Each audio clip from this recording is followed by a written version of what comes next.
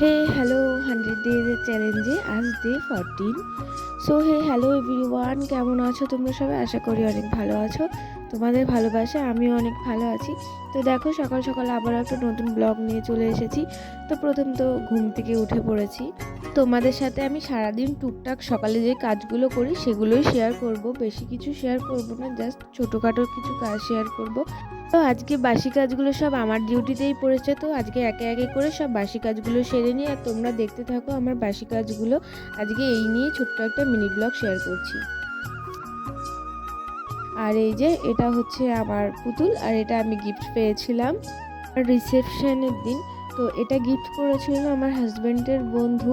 তো যখন এটা গিফট করেছিল তখন তো আমি খুশিতে আত্মহারা, আর কি বলবো, কিছু বলার নেই। তো এটা পেয়ে আমি আমার রিসেপশনের বেস্ট গিফট আমি এটাই মনে করি। অনেক কিছু পেয়েছি, সোনা টোনা অনেক কিছু পেয়েছি, তার থেকেও বেশি বড় এটা আমার কাছে লেগেছে।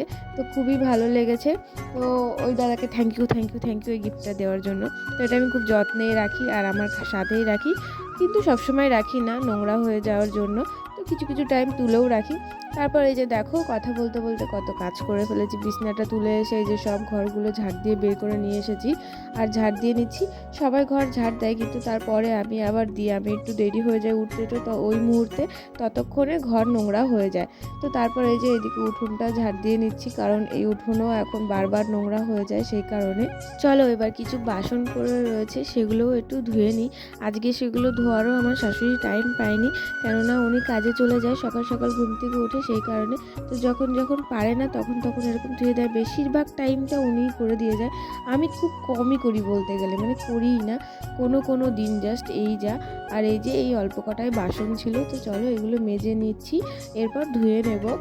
বাসনগুলো ধোয়ার পর আপাতত আমার সব কাজ শেষ হয়ে যাবে, এরপর আর সকালের মতন আমার আর কোনো কাজ থাকবে না। তো এগুলো ধুয়ে নিয়ে আমি একদম ব্রাশ করতে চলে যাব। আর আমি ঘুম থেকে উঠে ব্রাশ করি না, আমি একদম সব কাজকর্ম সেরে তারপরে ব্রাশ করি। অনেকজনও আছে ঘুম থেকে উঠে ব্রাশটা করে ফেলে, সো সেটা আমি পারি না, আর আমার মনেও থাকে না, আমি কাজের চিন্তাতে কাজ করতেই চলে যাই। তো কাজ টাজ কমপ্লিট হয়ে যাওয়ার পর তারপরে গিয়ে আমি ব্রাশ করি।